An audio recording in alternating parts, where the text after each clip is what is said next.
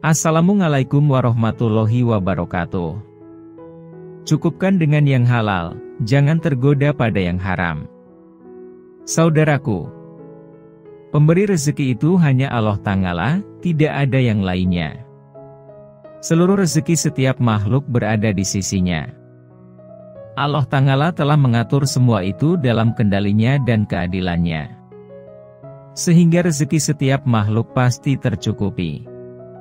Dalam Quran Surah Hud ayat 6, Allah Ta'ala berfirman, yang artinya, dan tidak ada suatu binatang melata pun di bumi melainkan Allah lah yang memberi rezekinya, dan Dia mengetahui tempat berdiam binatang itu dan tempat penyimpanannya. Semuanya tertulis dalam kitab yang nyata, Lauhul Mahfuz. Demikianlah firman-Nya. Sehingga ular yang melata di atas tanah diberi rezeki oleh Rob semesta alam. Cacing yang berada dalam tanah diberi rezeki oleh Rob yang Maha Pemurah. Burung yang terbang di atas awan diberi rezeki oleh Rob yang Maha Penyayang. Ikan yang berada dalam air juga diberi rezeki oleh Rob yang Maha Bijaksana. Sementara kita, lebih suci dari ulat, burung dan ikan tersebut, tak usahlah bersedih hati hanya karena soal rezeki. Apalagi harus tergoda dengan yang haram. Sebab Islam menyeru kepada pemeluknya untuk mencari rezeki dengan cara yang baik, mengumpulkan dengan cara yang wajar dan membelanjakannya pada hal-hal yang mulia. Semua itu agar kita terangkat menjadi mulia dengan rezeki tersebut. Namun itu hanya terjadi jika kita telah merasa cukup dengan yang halal dan tidak tergoda pada yang haram. Saudaraku, kita memang membutuhkan harta untuk bisa hidup, tetapi itu bukan berarti kita hidup untuk harta. Memang benar harta merupakan salah satu pilar kehidupan, tetapi ia bukanlah satu-satunya perkara yang bisa mendatangkan kebahagiaan. Jika kita telah meyakini dengan sepenuh hati bahwa yang memberi rezeki itu hanyalah Allah Ta'ala, maka sudah seharusnya kita senantiasa meridhoi apa yang sudah menjadi jatah kita, dan tidak merendahkan diri di hadapan orang lain hanya karena ingin mendapatkan rezeki dari sesama manusia. Apalagi harus mendapatkannya dengan cara yang lebih hina dari itu, seperti menjilat, menyuap, korupsi, menipu, mencuri, merampok dan memeras keringat rakyat jelata, hanya untuk menambah pundi-pundi harta kita. Begitu juga jika kita sudah meyakini dengan sepenuh hati bahwa rezeki yang sudah menjadi jatah kita tidak akan tertukar dengan orang lain apalagi tertahan akibat tindakan orang lain, tentu kita pun tidak akan berusaha mendapatkannya lewat jalan yang hina dan tercela.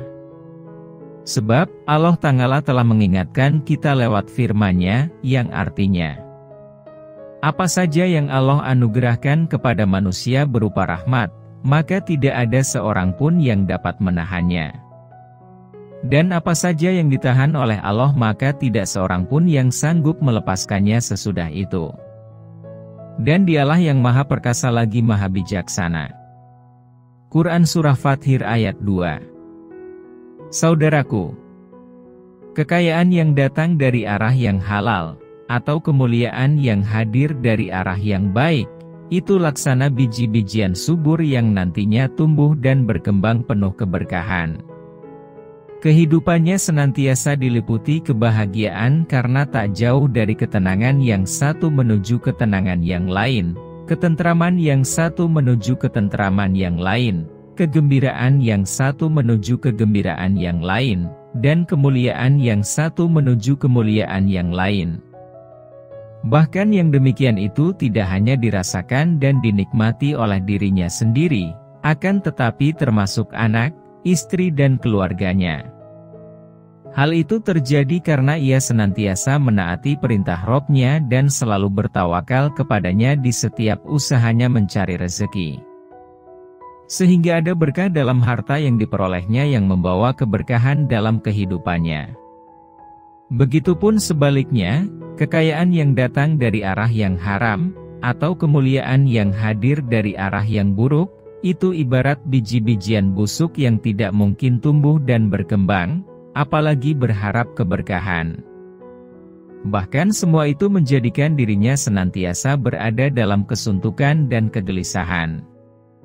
Setelah itu hidupnya tak jauh dari kesusahan yang satu menuju kesusahan yang lain, kesulitan yang satu menuju kesulitan yang lain, kesedihan yang satu menuju kesedihan yang lain, dan bencana yang satu menuju bencana yang lain.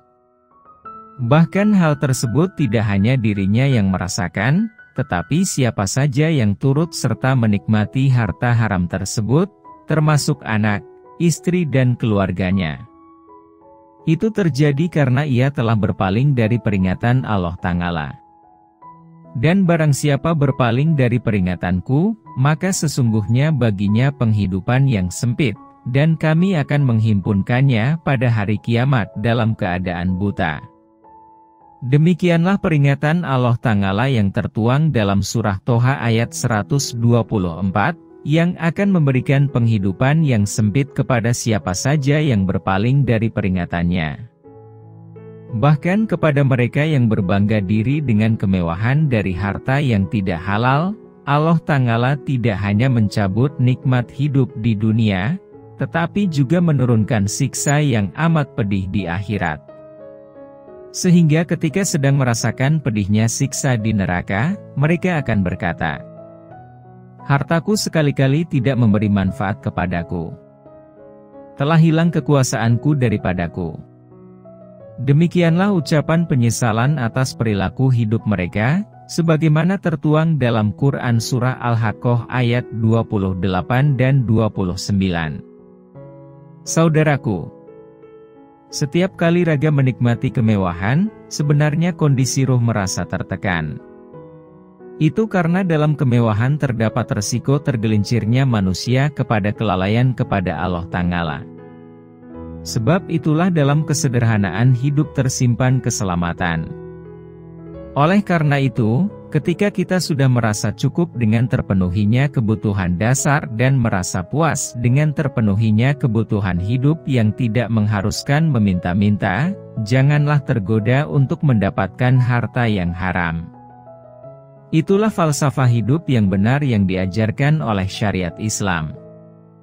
Yakinlah bahwa prinsip tersebut akan mendatangkan rezeki dari arah yang tidak disangka-sangka. Hal itu sebagaimana Allah Ta'ala berfirman dalam surah At-Tolak ayat 3, yang artinya, "Dan memberinya rezeki dari arah yang tiada disangka-sangkanya. Dan barang siapa yang bertawakal kepada Allah niscaya Allah akan mencukupkan keperluannya." Sebaliknya falsafah hidup yang salah, dan tidak diajarkan oleh syariat Islam adalah merasa tidak puas dengan yang sudah ada, merasa tidak cukup dengan yang ada di tangannya, sehingga air liurnya senantiasa menetes untuk mengumpulkan harta dengan cara tidak halal. Kemudian menghambur-hamburkan untuk menuruti hawa nafsunya.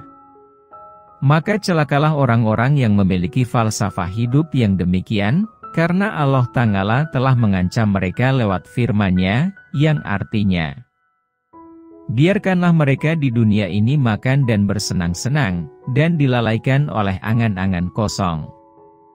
Maka kelak mereka akan mengetahui akibat perbuatan mereka." Semoga kita terhindar dari perilaku orang-orang sebagaimana yang tertuang dalam Quran Surah Al-Hijr ayat 3 tersebut. Untuk itu cukupkan dengan yang halal, jangan tergoda pada yang haram. Wallahu a'lam.